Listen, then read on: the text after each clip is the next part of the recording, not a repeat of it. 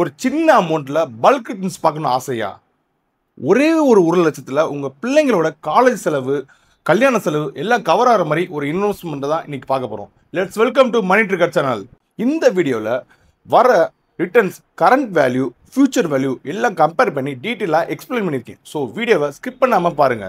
தொழிலில் வருமானம் இல்லை, பிள்ளைகளுக்கு காலேஜ் ஃபீஸ் கட்டணும், கல்யாணம் செய்யணும், என்ன பண்ணுறதுன்னு தெரியலையே. என்னையா புலம்பிட்டு இருக்கீங்க? ஆமாப்பா, எதிர்காலத்தை நினைச்சால பயமா இருக்கு. அதுக்கு தான் நாங்க இருக்கோம். நீங்க எவ்வளவு ரூபா சேர்த்து வச்சிருக்கீங்க? ஒரு 1,00,000 ரூபா சேர்த்துருப்பேன்யா. அதை எங்ககிட்ட கொடுங்க. இந்தாங்கய்யா. 20 years later, இந்தாங்க 20,00,000 ரூபா. என்னையா, நான் கொடுத்த 1,00,000 ரூபா, நீங்க எனக்கு திரும்ப 20,00,000 ரூபா எப்படியா? இந்த இன்வெஸ்ட்மெண்ட் தான் மியூச்சுவல் ஃபண்ட்ல லம்சம். அதாவது ஒரே ஒன் டைம் நீங்க இன்வெஸ்ட்மெண்ட் மட்டும் பண்ணா போதும் உங்களுக்கு கிடைக்கிற பல்க் ரிட்டர்ன்ஸ். இதை நான் உங்களுக்கு டீட்டெயிலாக கால்குலேஷனை எக்ஸ்பிளைன் பண்ணுறேன். ஓகே, நான் இப்போ லம்சம் கால்குலேட்டர் ஆன்லைன் ஓப்பன் பண்ணிக்கிறேன். அதுக்கு நான் யூஸ் பண்ணுற சைட் வந்து க்ரோ. இது வந்து பார்த்தீங்கன்னா மியூச்சுவல் ஃபண்டு, இந்தியாவில் வந்து ஆன்லைன் மியூச்சுவல் ஃபண்டுக்கு கொஞ்சம் நல்லா ஹெல்ப்ஃபுல்லாக உள்ள சைட்டு. அதை ஓப்பன் பண்ணிக்கிறேன். ஓகே, இப்போ நம்ம பிளான் பண்ண மாதிரி 1,00,000 ரூபா இதில் போட்டுக்கலாம். 1,00,000 ரூபா ஒரு 15% கிட்டத்தட்ட பார்த்தீங்கன்னா மியூச்சுவல் ஃபண்ட்லேருந்து பார்த்தீங்கன்னா ஒரு 15லேருந்து 30% வரையும் மேக்ஸிமம் போயிருக்கு. ஸோ அந்த ரெக்கார்டு, பாஸ்ட் ரெக்கார்டை வச்சு நான் சொல்கிறேன். ஓகே, இப்போ ஒரு 20 இயர்ஸ் வெயிட் பண்ணுவோம்.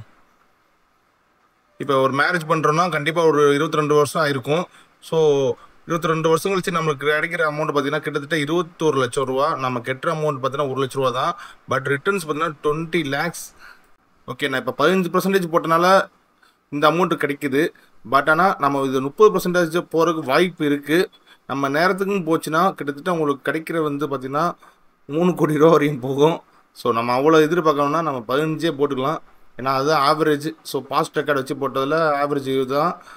ஓகே, இப்போ 22 வருஷத்தில் நம்ம மேரேஜ் பிளான் பண்ணியிருக்கோம். பட் இப்போ பசங்களாம் கொஞ்சம் டிலே பண்ணுவாங்க, பொண்ணுங்களும் தான் மேக்ஸிமமாக முடிப்பாங்க. ஸோ 25 வருஷம் நமக்கு இன்னும் கொஞ்சம் டிலே பண்ணி பார்த்தா கிட்டத்தட்ட நம்மகிட்ட வந்து கிடைக்கிற பார்த்தா 34,00,000 ரூபா கிடைக்கிது.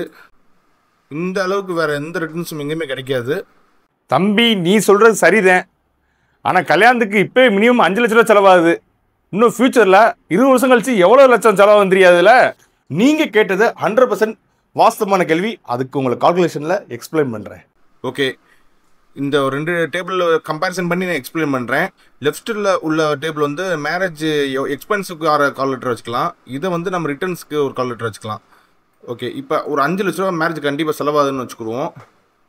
ஓகே, இது வந்து ஃப்யூச்சரில் எல்லா ஒரு 10%, அதாவது இது எப்படின்னா வருஷம் எல்லாரோட விலைவாசியும் கிட்டத்தட்ட 10% கூடும். இது வேர்ல்டு வைடாக உள்ள கால்குலேஷன். ஸோ எல்லாரோட ப்ரைஸும் இந்த வருஷத்தோட அடுத்த வருஷம் 10% கூடும்.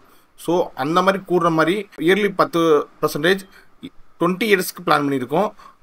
அதுக்கு உண்டான மொத்த காஸ்ட் பார்த்திங்கன்னா, அதாவது ஒரு 20 வருஷம் கழிச்சு நம்ம மேரேஜ் செலவாகிறது பார்த்தீங்கன்னா கிட்டத்தட்ட 33,00,000 ரூபா கிட்டத்தட்ட ஆகும். ஓகே, நம்ம 1,00,000 ரூபா போட்டிருக்கோம். So 15% 20 years. பட் ஆனால் நம்ம கிடைக்கிறது வந்து 16 லட்சம் தான் கிடைக்குது.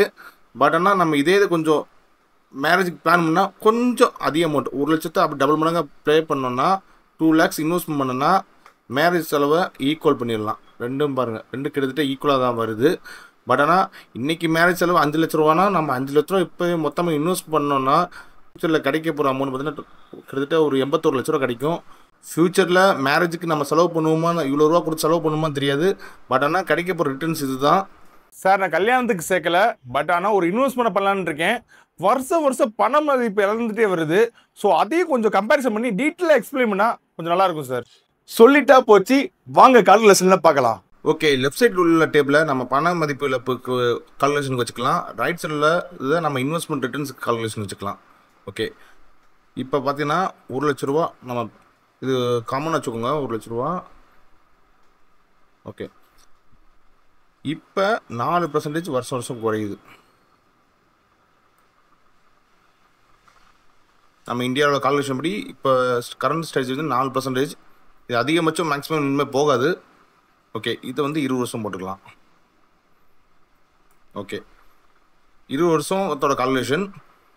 இப்போ நம்ம இன்வெஸ்ட் பண்ணுற 1,00,000 ரூபா போட்டுக்கலாம். ஸோ ஒரு 15% ரிட்டர்ன்ஸ் மியூச்சுவல் ஃபண்டில் 20 years. ஓகே, நம்மளுக்கு கிடைக்கிற அமௌண்ட் 16 லட்ச ரூபா. பட் அந்நேரம் பார்த்தீங்கன்னா ஒரு 2 லட்ச ரூபா தான் அதோட மதிப்பு இழந்திருக்கும். ஸோ அந்நியாரம் கால்குலேஷன் படி பார்த்தீங்கன்னா கிட்டத்தட்ட ஒரு 14 லட்ச ரூபா உங்கள்கிட்ட அந்நியாரம் சேவிங்கில் ரிட்டர்ன்ஸ் ஆயிருக்கும். ஸோ இது நல்ல ஒரு பெனிஃபிட்டானது தான். என்னடா மியூச்சுவல் ஃபண்ட்னால எல்லாரும் எஸ்ஐபி தான் சொல்லுவாங்க, இவர் லம்சம் பெட்டர்னு சொல்கிறான்னு பார்க்குறீங்களா? ரெண்டையும் கம்பேரிசன் பண்ணி உங்களுக்கு டீட்டெயிலாக எக்ஸ்பிளைன் பண்ணுறேன். ஓகே, எஸ்ஐபி கால்குலேட்டர் வெப்சைட்டில் கால்குலேஷன் வச்சுருக்கேன், ரைட் சைடில் லம்சம் கால்குலேட்டர் வச்சுருக்கேன். ஓகே, எஸ்ஐபியை பாருங்கள். இப்போ மாதம் வந்து நம்ம ஒரு 1000 ரூபா கட்டுறோம்னு வச்சுக்கோங்க. சேம் 15% கிடைக்கும், 20 இயர்ஸ். ஓகே, நம்ம கிட்டத்தட்ட 2.5 லட்ச ரூபா கட்டுறோம். ப்ராஃபிட்டாக ஒரு 10 லட்ச ரூபா, ரிட்டர்ன்ஸ் டோட்டல் அமௌண்ட் 13 லட்ச ரூபா கிடைக்குது. ஓகே, இது நம்ம லம்சம்பில் 1 லட்ச ரூபா போடுவோம், 15 போடுவோம், இங்கே 20 இயர்ஸ் போடுவோம். ஓகே, பாருங்கள், இதில் நீங்கள் கட்டுற அமௌண்ட் பார்த்தீங்கன்னா கிட்டத்தட்ட 2 லட்ச ரூபா கட்டுறீங்க, இதில் 1 லட்ச ரூபா தான் கட்டுறோம். ஓகே, இதில் ரிட்டர்ன்ஸ் பார்த்தீங்கன்னா அதை நீங்கள் கட்டுற அமௌண்ட் கழிச்சு பார்த்தீங்கன்னா ஒரு 10 லட்ச ரூபா கிடைக்கிது, இதில் 15 லட்ச ரூபா. ஸோ பார்த்தீங்கன்னா இதுக்கும் அதுக்கும் ஒரு 5 லட்ச ரூபா லம்சம்பில் அதிகமாக கிடைக்கிது. பட் ஆனால் இதில் வந்து மாதம் 1000 ரூபா கட்டணும், இதில் ஒன் டைம் பே பண்ணால் போதும். இதுதான் இதுக்கு உண்டான வித்தியாசம். பட் ஆனால் ரிட்டர்ன்ஸ் அதிகமாக கிடைக்கும் இதில். இது பார்த்தீங்கன்னா ரிட்டர்ன்ஸ் டோட்டல் ரிட்டர்ன்ஸ் பார்த்தா நெருக்கி தான் வரும். பட் ஆனால் என்ன சொல்கிறது, இது கெட்டுற அமௌண்ட் பார்த்தீங்கன்னா அதிகமாகுது. சரி, ஓகே, இப்போ நம்ம 20 வருஷம் போட்டிருக்கோம், இப்போ கொஞ்சம் கூட்டுவோம், ஒரு 25 வருஷம் கொண்டு போவோம். ஓகே, இதில் 25 வருஷம் கொண்டு போவோம். ஃப்யூச்சரில் மேரேஜுக்கு கணக்கு வந்து 25 வருஷம் கணக்கு வச்சுக்கிடுவோம். ஸோ ஓகே, இதில் பார்த்தீங்கன்னா 3 லட்ச ரூபா கட்டுறோம், இதில் 1 லட்ச ரூபா கட்டியிருக்கோம். இதில் 24 லட்ச ரூபா உங்களுக்கு ரிட்டர்ன்ஸ் கிடைக்குது. பட் ஆனால் இதில் 31 லட்ச ரூபா, ஒரு 6 லட்ச ரூபா ரேஷியோ கிடைக்குது. பட் ஆனால் இதில் நீங்கள் கட்டுற அமௌண்ட் பார்த்தீங்கன்னா 3 லட்ச ரூபா. அதே 3 லட்ச ரூபா நம்ம இப்போ கட்டுறோம்னு வச்சுக்கோங்களேன், உங்களுக்கு கிடைக்கிற ரிட்டர்ன்ஸ் பாருங்கள், கிட்டத்தட்ட ஒரு 1 கோடி ரூபா நெருக்கி கிடைக்குது. இந்த மாதிரி ரிட்டர்ன்ஸ் பாருங்கள், 1 கோடி ரூபா, இதில் ஒரு 27 லட்ச ரூபா, கிட்டத்தட்ட 75 லட்ச ரூபா நெருக்கி கிடைக்குது. ஸோ பார்த்துக்கோங்க, இதுதான் உள்ள மெயின் வித்தியாசம். SIP better. பட் ஆனால் மாதம் நம்ம பே பண்ணிகிட்டு இருக்கோம், எந்த வருஷம் மிஸ் ஆகிடக்கூடாது. இது கொஞ்சம் நம்ம மாதம் பே பண்ணுறப்ப சைக்காலஜி ரீதியாக நமக்கு ஒரு ப்ரெஷர் வரும். நம்ம ஏன்னா இதுக்கும் தனியாக ரூபா எடுத்து வைக்கணும். பட் ஆனால் லம்சம்பில் ஒன் டைம் நீங்கள் இன்வெஸ்ட்மெண்ட் பண்ணிட்டீங்கன்னா போதும். இப்போ நீங்கள் இன்வெஸ்ட் பண்ணிங்கன்னா ஃப்யூச்சரில் இது பெரிய லெவலுக்கு ரிட்டர்ன்ஸ் கிடைக்கும். லாஸ்ட்டாக ஒரு விஷயம் சொல்லிக்கிறேன், நீங்கள் பணத்தை ஒரு விஷயத்தில் இன்வெஸ்ட்மெண்ட் பண்ணிங்கன்னா அந்த பணம் மரம் மாதிரி வளர்ந்துட்டு போகணும். நீங்கள் பேங்க்கில் போய் இன்வெஸ்ட் பண்ணிங்கன்னா பேங்க் உங்களுக்கு கொடுக்குற ரிட்டர்ன்ஸ் பார்த்தா 7%.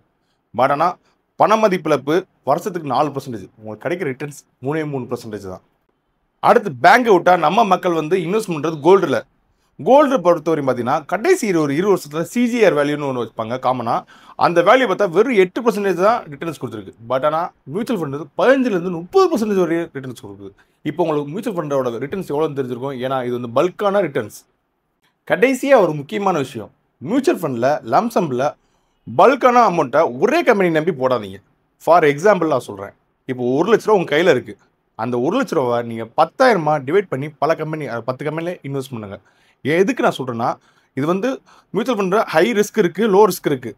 ஃபார் எக்ஸாம்பிள் ஷேர் மார்க்கெட்டில் ஒரு சில ஃபண்டு பார்த்தீங்கன்னா ஷேர் மார்க்கெட்டில் ஹை ரிஸ்கில் ஹை இன்வெஸ்ட்மெண்ட் பண்ணுவாங்க. பட் ஆனால் ஹை ரிட்டர்ன்ஸுக்கும் கிடைக்கும். சில கம்பெனி பார்த்தீங்கன்னா லோ ரிஸ்க், அதாவது அதர் செக்டர்ஸுக்கு இன்வெஸ்ட் பண்ணுவாங்க, பட் லோ ரிட்டர்ன்ஸ் தான் கிடைக்கும். ஸோ இது வந்து ஃபண்டு ஏகப்பட்ட ரிஸ்க் ஃபேக்டரை பொறுத்து மாறும். ஸோ நீங்கள் சூஸ் பண்ணுறது கரெக்டாக பார்த்து உங்களுக்கு எது ஓகே பார்த்து சூஸ் பண்ணுங்கள். ஸோ உங்கள் ரிஸ்க் ஏற்ற மாதிரி நல்லா ஏர்ன் பண்ணுங்கள். இந்த வீடியோ பிடிச்சிருந்தா லைக் பண்ணுங்கள், கமெண்ட் பண்ணுங்கள். உங்கள் ஃப்ரெண்டு யூஸ் ஆகும்னு நினச்சா அவங்களுக்கு ஷேர் பண்ணுங்கள். மணி ஏர்ன் பண்ணணும் தோணுச்சுன்னா மணி ட்ரிகர் சேனலை சப்ஸ்கிரைப் பண்ணுங்கள்.